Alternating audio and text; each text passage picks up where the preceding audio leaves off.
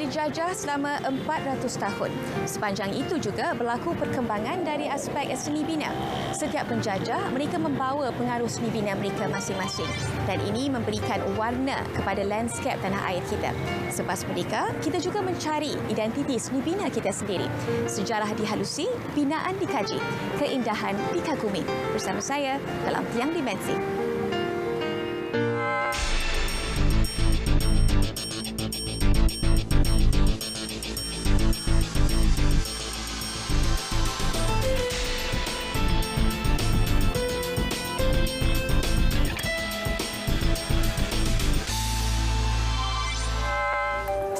Belanda telah mengambil alih jajahan daripada Portugis pada 1641. Belanda juga telah membina banyak seni bina ikonik di Kota Melaka. Salah satu daripadanya adalah bangunan ini yang dikenali sebagai Museum Seni Bina.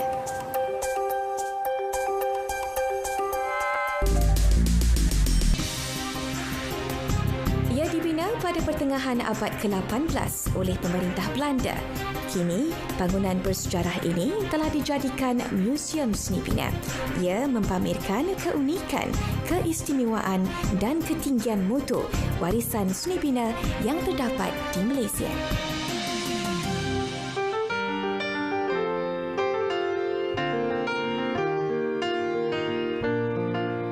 Dan untuk menyingkap sejarah bangunan Museum Seni Bina ini, saya bersama dengan pengarahnya, Encik Azhar Mat Daud. Terima kasih banyak-banyak, Encik. Mungkin boleh ceritakan asal-usul sejarah bangunan Museum Seni Bina ini? Sejarah seni bina, Museum Seni Bina ini asalnya adalah bangunan Lembaga Air Melaka dulu yang diambil alih pada tahun 1980-an. Asalnya bangunan ini adalah bangunan binaan Belanda pada abad ke-18, iaitu sekitar tahun 1700-an, dan Belanda telah kembali dan Inggeris mengambil alih. Dan selepas Inggeris mengambil alih, dia dibiarkan dan barulah Lembaga Air ambil alih bangunan ini.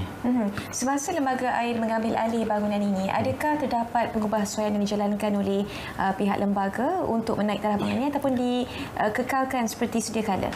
Ya, selepas Lembaga Air Melaka ambil alih bangunan ini, dia telah mengubah suai bangunan ini sebagai pejabat pentadbiran dan ada banyak pasak-pasak yang telah diubah suai dan kita tak kena pasti sebab masa itu tak ada dokumen tertentu. Jadi kita kekal yang pasak-pasak yang berkenaan saja. Apakah terdapat lukisan yang menunjukkan seni bina serta struktur asal bangunan ini? Sebelum bangunan ini diambil alih, memang bangunan ini adalah ada yang struktur asalnya, iaitu bahagian bangunan ini sahaja. Masa pihak Belanda, selepas pihak Inggeris ambil alih, dia telah menambah bahagian tertentu, iaitu bahagian belakang dan bahagian hadapan. Semasa pemerintahan Belanda, struktur bangunan ini terbahagi kepada beberapa bahagian, iaitu bahagian depan, bahagian tengah dan bahagian belakang.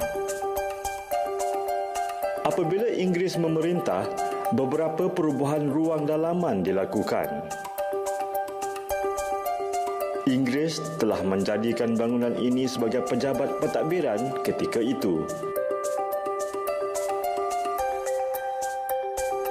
Dari segi material atau bahan binaannya, bangunan ini dibina dengan menggunakan batu Belanda.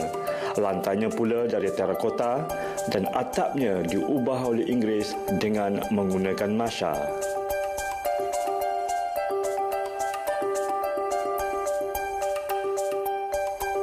Adakah bahan-bahan yang terdapat dalam bangunan ini seperti atap, lantainya diimport ataupun diambil daripada sumber tempatan? Bahan-bahan ini ada yang daripada tempatan, ada juga diimport daripada luar, itu Belanda sendiri, dan ada juga daripada masa Cina. Kawasan ini ialah kawasan perdagangan dulu. Jadi semua bahan-bahan ini telah dicampur adukkan dalam seni bina dalam bangunan ini.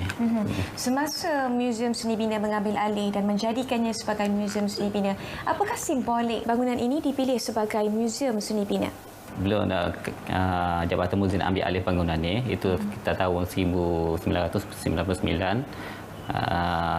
Dia telah diubah suai, dipulihkan bangunan ini, dan bangunan ini telah dijadikan Museum Seni Bina pada 2004. pada asalnya Museum Seni Bina ini dia lebih kepada memberi maklumat tentang seni bina di seluruh Malaysia lah. Bagaimana pandangan Tuan terhadap peranan Museum Seni Bina untuk terus memberi inspirasi kepada anak-anak tempatan untuk kita melahirkan lebih ramai lagi mereka yang mahir dalam bidang seni bina ini?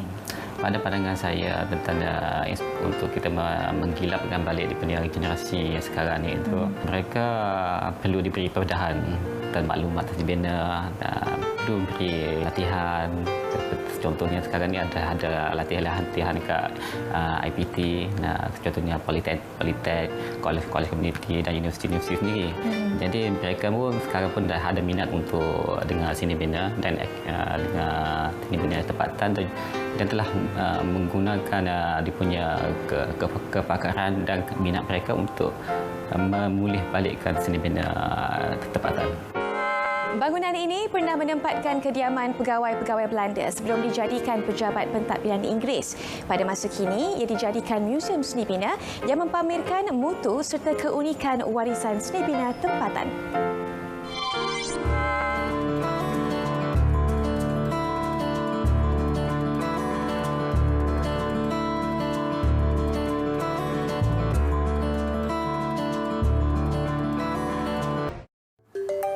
Museum Warisan Baba Nyonya ini yang terletak di Jalan Tun Tan Cheng Lock atau dikenali sebagai Millionaire Street menjadi tumpuan pelancong untuk mengenali keunikan budaya peranakan di Melaka. Didiami pada 1896, gabungan 3 kedai ini merupakan kediaman keluarga Baba Chan selama 4 generasi.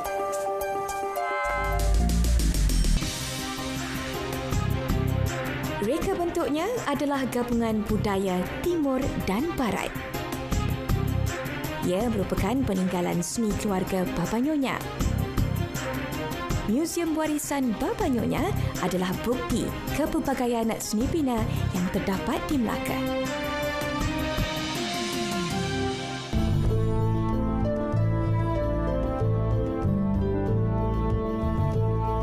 Saya berada di Museum Warisan Baba Nyonya ini untuk menyingkap sejarah bangunan ini dan untuk bercerita mengenai sejarahnya. Saya bersama dengan pengurusnya, Encik Lee Yuan Tian. Terima kasih banyak-banyak Encik Lee.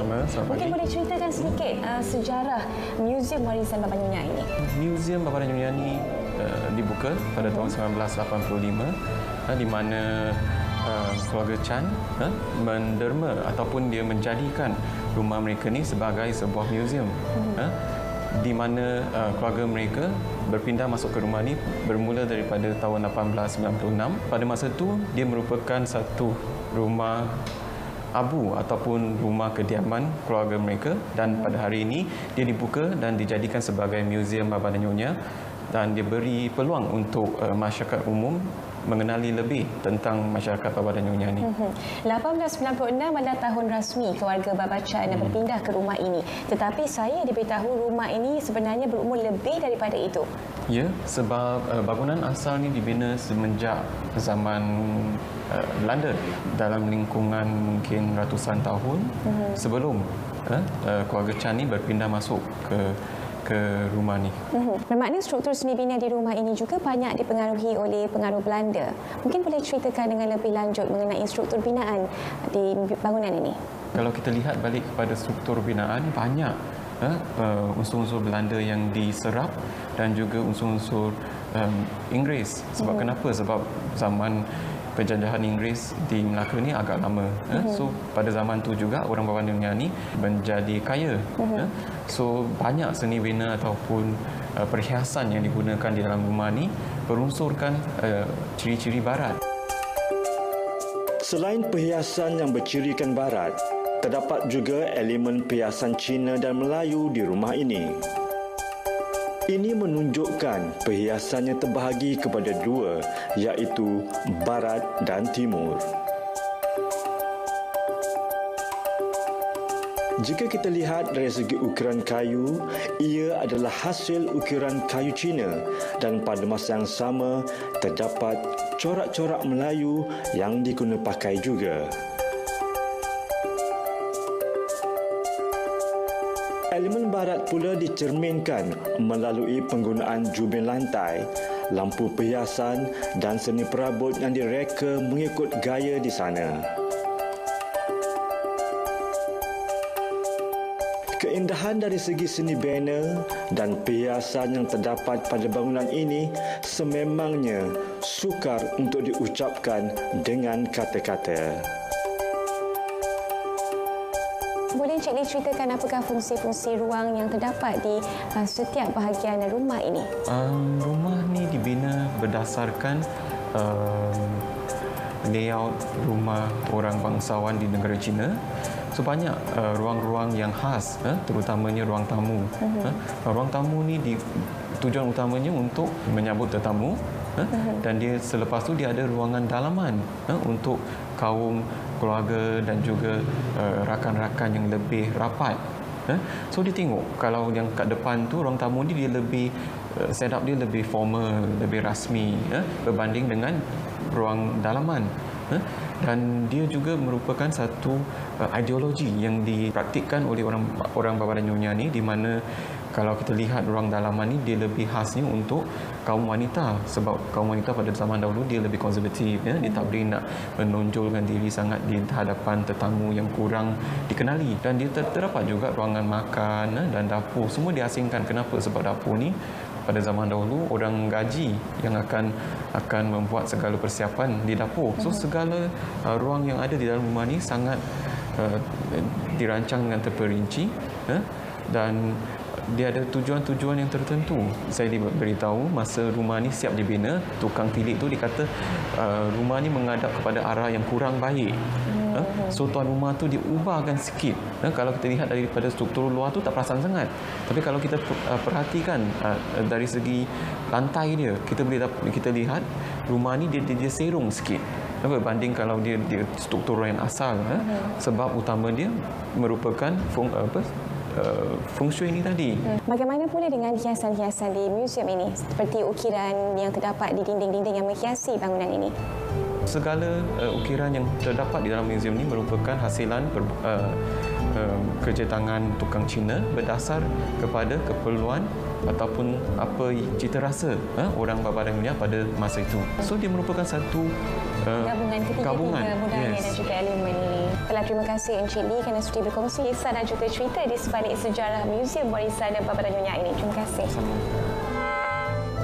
Bangunan binaan Belanda ini bercirikan barok dan ia jelas kelihatan dalam keluarga pedagang Cina dan juga peranakan. Manakala elemen timur dan barat dilihat dalam seni bina serta penggunaan perabot yang merupakan gabungan Victoria, Belanda dan juga Cina.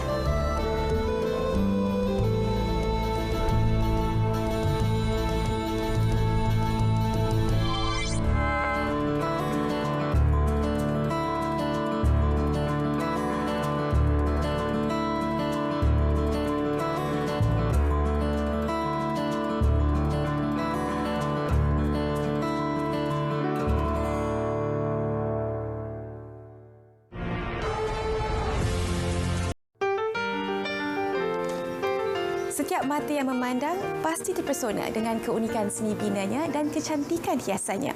Rumah ini pada asalnya dibina pada 1894 dan kemudian diubah suai pada 1915 dan terus berdiri megah hingga ke hari ini. Mari kita lawati tinggalan sejarah ini, Rumah Demang Abdul Ghani di Merlimau, Melaka.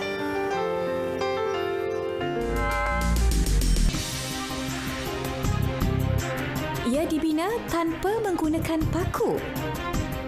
Mempunyai 6 ruang utama. Galeri Demang Abdul Ghani sememangnya amat unik.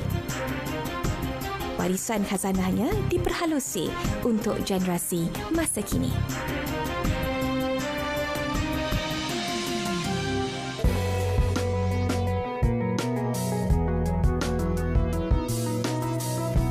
Baiklah Pak Abu, mungkin Pak Abu boleh ceritakan sedikit sebanyak sejarah serta asal-usul rumah ini. Ya, terima kasih Ana. Sebenarnya rumah ini dibina oleh datuk saya iaitu Demang Abdul Ghani kira-kira pada tahun 1894 dan binaannya mengambil masa kira-kira 2 tahun untuk menyiapkannya. Binaan rumah ini adalah kacukan daripada rumah Melayu. Kalau kita perhatikan di bahagian hadapan ini, dia bentuk limas, tetapi di bahagian tengahnya itu adalah merupakan rumah Melayu. Rumah Melayu ni ada 2 bumbung saja, artinya dikenali sebagai rumah ibu dan rumah kelik anak. Dan biasanya rumah Melayu ni biliknya tak banyak. Cuma 2 di rumah ibu dan juga kelih anak. Bagaimana Demang Abdul Ghani seperti dahulu? Bagaimana beliau mentadbir kawasan ini serta bagaimana beliau bekerjasama dengan pemerintah ketika itu? Sebenarnya Demang ni dia adalah ketua penghulu. Kalau kita lihat ya, yang kita duduk ni adalah tempat penantian untuk orang-orang yang ingin berjumpa dengan penghulu untuk bertanya khabar ataupun menyelesaikan masalah kecurian dan sebagainya. Lepas itu apabila British datang, jawatan penghulu stay lagi kerana sikap British ni dia ingin tidak mau disturb lah pentadbiran, dia ingin berbaik-baik. Tetapi jawatan sidang dilantik oleh pihak British. Di zaman Jepun, ialah orang dulu. Kalau kita lihat orang dulu ni, kelebihan dia boleh pagar rumahnya dan orang tak boleh nampak. Sebab tu Jepun tak disturb lah keluarga datuk saya. Kebanyakan yang terlibat ni 1894 hingga itu dah di penghulu. Artinya banyak pentadbiran British. Terdapat banyak ukiran yang begitu melirik-lirik di keliling rumah ini. Apakah maksud di sebalik ukiran-ukiran ini? Sebenarnya datuk saya ni, Demang Abdul Ghani, dia seorang yang kata orang berjiwa emosi sikit lah, juang-juang lah. Kalau kita lihat di bahagian tiang sirinya ada 4 penampang tu, ukirannya 4 bunga yang berbeza. Manakala kalau kita lihat di persekitaran ini, kebanyakan ukirannya adalah berbentuk bunga. Terutamanya apabila kita masuk daripada hadapan tu, kita telah lihat ukiran-ukiran yang berbentuk bunga, hingga kerawangnya juga ada diukirkan dengan bunga buatan tangan tu. Saya lihat keunitan rumah ini, walaupun rumah ini besar, dia cuma ada 2 bilik saja.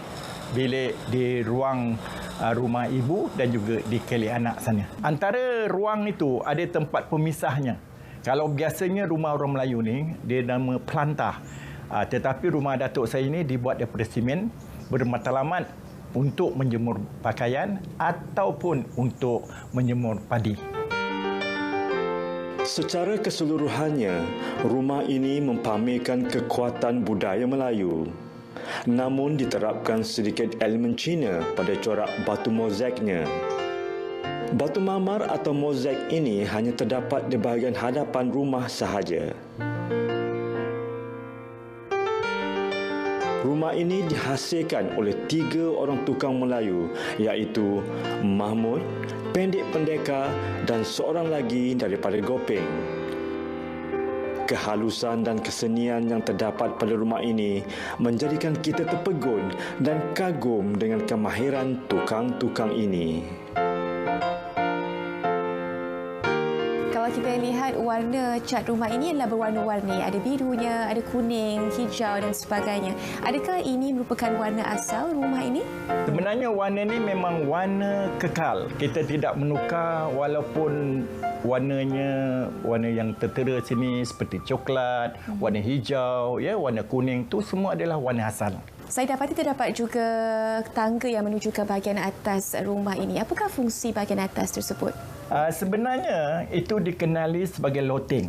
Ya, loteng ni keutamaan digunakan waktu-waktu majlis perkahwinan dan almaklumlah orang tua kan, dia rasa cemburu dengan anak gadisnya, dia akan letakkan di atas loteng tu.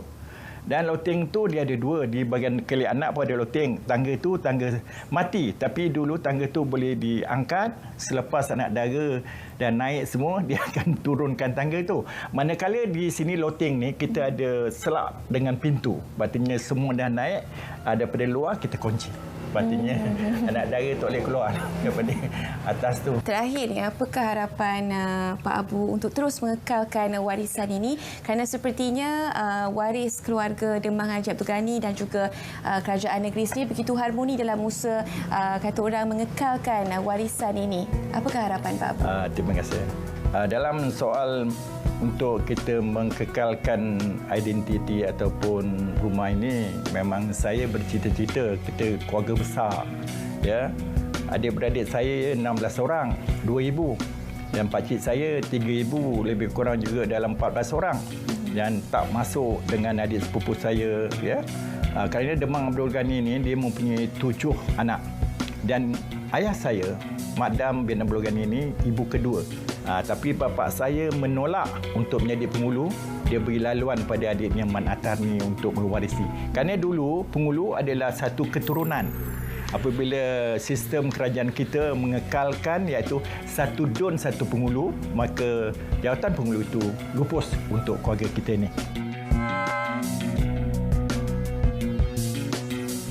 Rumah ini mempunyai ukiran yang penuh dengan maksud tersirat. Ia bermotifkan flora dan fauna serta gabungan kebudayaan Cina. Antaranya motif angling ataupun bermaksud naga merah. Pihak muzium telah pun mengambil langkah yang bijak dalam memelihara khazanah warisan negara ini yang tak ternilai harganya.